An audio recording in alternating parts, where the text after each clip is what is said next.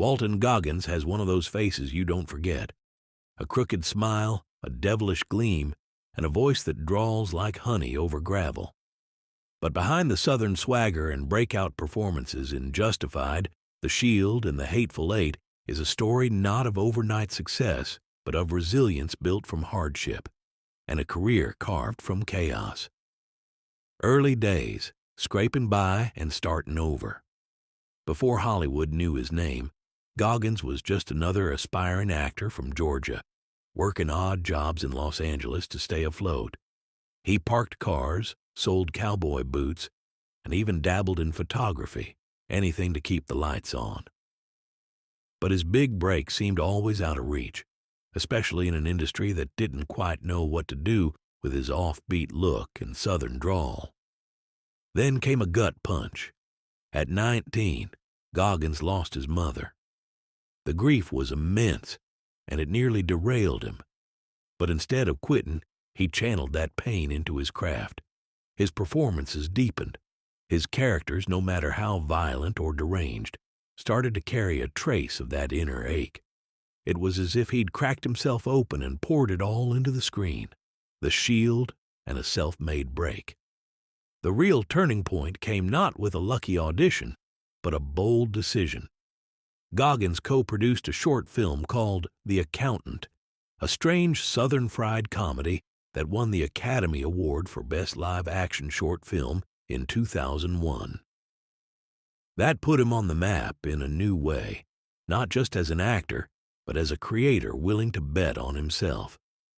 That same scrappy, self-starting spirit led him to The Shield, where he played Shane Vendrell, a role that would define the early 2000s era of gritty, morally gray television. It wasn't a glamorous part.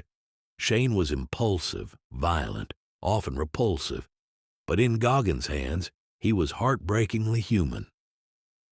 Turning typecasting on its head. After The Shield, Goggins could have been boxed in, another wild-eyed Southerner cast as a criminal. But he flipped the script. In Justified, he played Boyd Crowder, a backwoods philosopher criminal whose silver tongue made him more dangerous than a bullet. He wasn't just a villain. He was mesmerizing. Rather than flee typecasting, Goggins leaned into it, but added complexity, contradiction, and soul. He became a master of nuance, turning what Hollywood first saw as a limitation into a signature strength, tragedy, and transformation. Behind the camera, Goggins' personal life was marked by another tragedy. His first wife, Canadian filmmaker Leanne Kahn, died by suicide in 2004. The loss gutted him. He took time away, reflected, and grieved deeply. But once again, he chose to create rather than collapse. He returned to acting with more emotional depth than ever, never using tragedy as a badge, but weaving it silently into his work. Reinvention in later roles.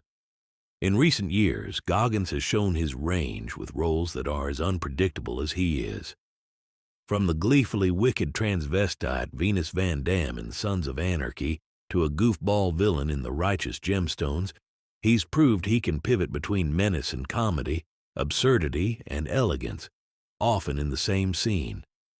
And perhaps that's the secret. Goggins didn't wait for the industry to change.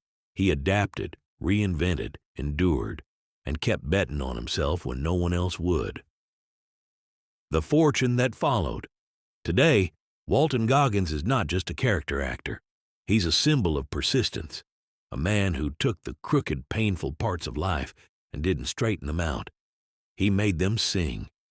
His fortune wasn't a stroke of luck. It was the result of showing up, staying strange, and surviving sorrow with style.